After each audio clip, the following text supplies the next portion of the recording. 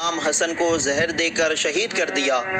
ہمارے نبی حضرت محمد صلی اللہ علیہ وسلم نے ارشاد فرمایا کہ حسن اور حسین جنت کے نوجوانوں کے سردار ہیں اور میری دنیا کے باغ کے دو پھول ہیں اور میری بیٹی فاطمہ کے بیٹے ہیں۔ اے اللہ، میں ان سے محبت کرتا ہوں، تو بھی ان سے محبت کر، اور جو ان سے محبت کرے تو بھی ان سے محبت کر۔ حضرت انس رضی اللہ عنہ فرماتے ہیں کہ امام حسن اور حسین رسول اللہ صلی اللہ علیہ وسلم کے ہم شکل تھے۔ ہمارے نبی حضرت محمد صلی اللہ علیہ وسلم فرماتے ہیں کہ میرا بیٹا حسن دو مسلمان جماعت میں صلح کرائے گا۔ اور جب ہمارے نبی حضرت محمد صلی اللہ علیہ وسلم اور چاروں خلیفوں کا دور چلا گیا تو یزید پلید نے چاہا کہ دونوں شہزادوں کو قتل کر دیا جائے کہ ان کی وجہ سے میری حکومت میں فرق پڑے گا۔ حضرت امام حسن نے فساد کی وجہ سے حضرت امیر معاویہ کو خلافت دے دی تھی، اس شرط پر کہ اپنے بیٹے یزید کو تخت حکومت پر نہ بیٹھائے کہ وہ شریعت کے احکام کا پابند نہیں ہے۔ اس لیے بھی یزید کو حضرت امام حسن سے دشمنی تھی۔ حضرت امیر معاویہ کی وفات کے بعد کچھ ایسے واقعات ہوئے کہ حکومت یزید کے ہاتھ میں آ گئی۔ مروان یزید کا ماموں اس وقت مدینہ میں گورنر تھا، حضرت امام حسن اور امام حسین سے دشمنی رکھتا تھا۔ یزید نے اس کو حکم دیا کہ اگر تو امام حسن اور حسین کو مروا دے تو میں تجھ کو بہت بڑا انعام دوں گا۔ مروان نے اس حکم کو سنتے ہی حضرت امام حسن کو مروانے کا ارادہ کر لیا اور ایک عورت کو انعام دینے کا وعدہ کیا۔ وہ عورت انعام کے لالچ میں آ گئی اور حضرت امام حسن کی بیوی جودہ کے پاس آئی اور پیار و محبت سے کہی کہ بیٹی، تمہارے حسن و جمال کی شہرت تو تمام ملکوں میں مشہور ہو گئی ہے اور بڑے بڑے بادشاہ تمہاری محبت کا دم بھرتے ہیں، اور ملک شام کا بادشاہ یزید تو تمہاری محبت میں بے چین ہے، مگر افسوس کہ تم ایک غریب آدمی کے یہاں گزر کر رہی ہو۔ جودہ نے سانس بھر کر کہا، ہائے میری قسمت، جس سے وہ عورت سمجھ گئی کہ یہ میرے چال میں آ گئی ہے۔ اس نے کہا، بیٹی گھبرانے کی کوئی بات نہیں، اس کا جھگڑا ختم کرو اور یزید کے یہاں بادشاہت کرو۔ جودہ نے اسی وقت حضرت فاطمہ کے لال کو مارنے کا ارادہ کر لیا۔ وہ عورت مروان کے پاس آ کر کہی کہ جودہ میرے چال میں آ گئی ہے اور دنیا کے لالچ میں پھنس گئی ہے۔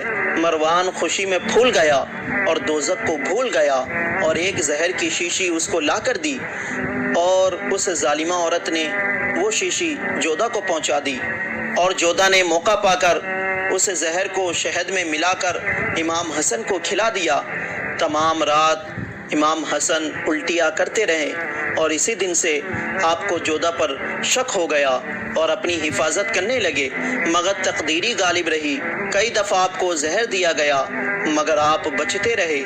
ایک دفعہ اس نے بہت سارا زہر آپ کی سراہی میں گھول دیا۔ رات کو آپ کی آنکھ کھلی، پیاس لگی تو آپ نے اس سراہی سے پانی پی لیا۔ پیتے ہی فرمایا، ہائے یہ کیسا پانی تھا کہ جگر کے ٹکڑے ٹکڑے ہو گئے۔ حضرت امام حسین آئے تو آپ نے ان کو گلے لگا کر فرمایا، بھائی حسین، میرے دل کے چین، میں جدا ہوتا ہوں، انشاءاللہ اب قیامت میں ملاقات ہوگی۔ حضرت امام حسین نے فرمایا، پیارے بھائی جان بتلائیے کہ آپ کو زہر کس ظالم نے دیا؟ ارشاد فرمایا، پیارے بھائی، تم کو اس لیے نہیں بتلانا چاہتا ہوں کہ صرف میرا جاننا دلیل شریعت نہیں، اگر میرا قاتل وہ نہیں کہ جس کو میں جانتا ہوں تو میں نہیں چاہتا کہ ایک بے گناہ کے قتل میں تم سے خدا کے یہاں پوچھو۔ میں اس معاملے کو خدا کے سپرد کر دیتا ہوں کہ وہ اس کو برے کام کی سزا دے گا۔ پھر فرمایا، تم سب ذرا الگ ہو جاؤ اور جودہ میرے پاس رہے۔ سب الگ ہو گئے۔ آپ نے جودہ سے فرمایا، اے ظالمہ، تو نے مجھ پر بڑا ظلم کیا، میں نے تیرے ظلم کو چھپایا اور صبر کیا اور تیرے ظلم کو خدا کے سپرد کر دیا، اور تو یاد رکھ جس برے مطلب کے واسطے تو نے یہ ظلم کیا ہے پورا نہ ہوگا۔ یہ فرما کر اس کی طرف سے منہ پھیر لیا اور جودہ ایک طرف بیٹھ گئی اور سب گھر والے آپ کے پاس آ گئے۔ پھر آپ نے اپنی ہمشیرہ حضرت زینب سے فرمایا کہ پیاری بہن، تمہاری بھابھی قاسم کی ماں کہاں ہے؟ تو حضرت زینب نے کہا، وہ آپ کے غم میں رو رہی ہے اور کہتی ہے کہ زہر دینے کا شبہ مجھ پر نہ ہو۔ پھر تمام گھر والوں سے ملنے کے بعد پھر ایک تعویذ بنا کر حضرت قاسم کے بازو پر باندھ دیا اور فرمایا، پیارے بیٹے، جب تمہارے چچا حسین پر کوئی مصیبت آئے تو اس تعویذ کو کھول کر پڑھ لینا اور اس پر عمل کرنا۔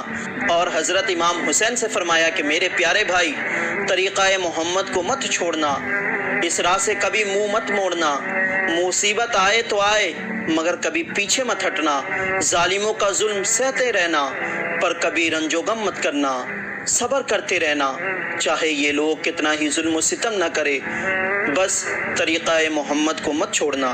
پھر کہا میں نے سب گھر والوں کو اللہ کے اور تمہارے سپرد کر دیا اور کلمہ شہادت اشہد ان لا الہ الا اللہ واشہد ان محمدًا عبدہ ورسولہ پڑھ کر دنیا کو چھوڑ کر اللہ کی طرف کوچ کر گئے اور روح مبارک جنت الفردوس میں پہنچی۔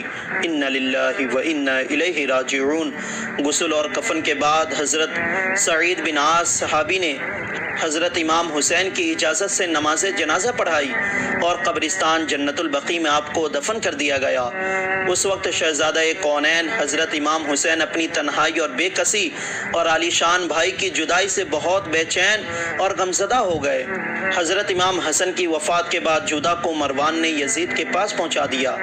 یزید نے جودہ سے کہا اے ظالمہ، تو نے بڑا ظلم کیا، اپنے حسین و جمیل شوہر کو قتل کر دیا، یہ غدار تیرا کیا اعتبار، میں تجھے اس ظلم کی سزا ضرور دوں گا۔